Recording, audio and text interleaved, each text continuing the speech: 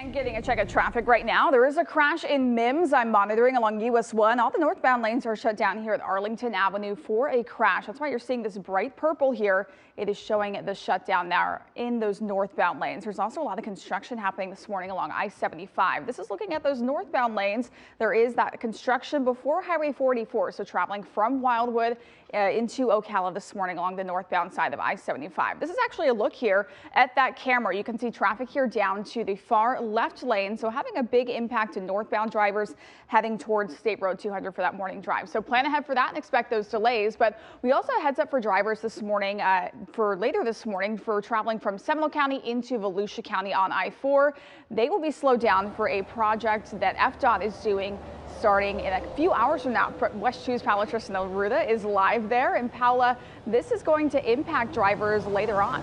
Monitoring in Mims along US 1 this morning. It is impacting those northbound drivers right at Arlington Avenue. That's why you're seeing this bright purple showing the closure in those northbound lanes. So the detour is going to be I-95. So far, no injuries reported with this crash, but you can see here that shutdown is impacting those northbound lanes. This is a live look right now at I-75. We had some construction for most of the morning here northbound near Highway 44. It looks like all those cones have been picked up, so all the lanes are back open and no longer any construction to worry about along the I-75 corridor. I-4 nice and quiet in downtown Orlando. At least we are nice and dry for that morning drive. No weather impacts for you on this Thursday morning. We will check in though with some of those I-4 travel times in just a few minutes. Deadly crash this morning in Astor. This is in Lake County along State Road 40. Now this was actually reported last night just before 9 o'clock, but according to FHP, this deadly crash is still working to clear this morning. So no other details right now, but State Road 40 in Astor is shut down between Deerfly Road. So that detour is going to be County Road 445A. So pretty far north in Lake County, but if you do travel through Astor,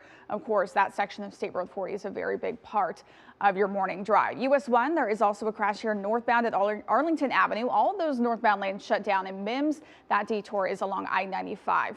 I-4, we are still nice and quiet this morning. This is a live look in Seminole County, close to Lake Mary Boulevard. Traffic picking up here westbound, but those travel times still looking good for that morning drive. Between Lake Mary Boulevard and Saxon Boulevard in Deltona, both directions along I-4 were at less than 11 minutes. There is a deadly crash I'm monitoring from actually those overnight hours. This was reported late last night around 9 o'clock along State Road 40. This is in Lake County in Astor. The deadly crash is right at Deerfly Road. You can see that purple here. That's highlighting the closure in both directions. We're working to learn those details from FHP, but we do know this is a deadly crash. So County Road 445 is the detour if you're driving in Astor, although if you're not, this is pretty far north, so not going to impact your morning drive. There's also a shutdown here in Brevard County. US 1 in Mims northbound. There's a crash at Arlington Avenue that has all those northbound lanes shut down. So I-95 is going to be the detour. Those are the two big crashes heading out the door this morning. I-4 nice and quiet. This is a live look near DeBerry Avenue, and later on this morning, drivers may experience delays here for traffic pacing operations. WESH 2's Paula Tristan Aruda joins us live this morning. And Paula, this will only affect those eastbound lanes. Definitely not foolproof, and even if your car does have some type of automatic braking system, it doesn't mean it will always activate, especially overnight. Not only is it harder for you to see on the roads at night, but the sensors on your car also can have trouble. Welcome back. We are continuing to monitor a deadly crash in Lake County along State Road 40 in Astor. You can see this big stretch shut down here this morning from a crash that happened last night. We'll talk about that detour coming up in just a few minutes.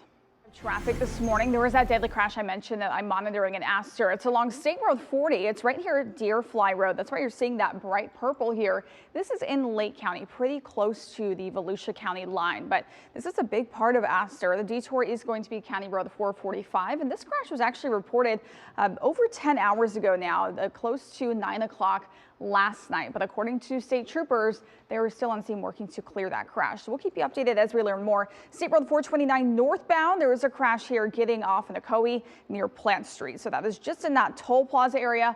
All the lanes along the 429 are open. I-4 nice and quiet in Winter Park. Fortunately, no crashes this morning, but we do have that construction happening later on from Lake Mary Boulevard into Deltona on the eastbound side of I-4. So we'll have coverage of that at 9 o'clock over on CW18. I-4 eastbound delays right now from US 27 to South Street and Champions Gate. Right now we're sitting at 39 minutes. It is 6:52 on the dot. Your top stories on this Thursday are straight ahead.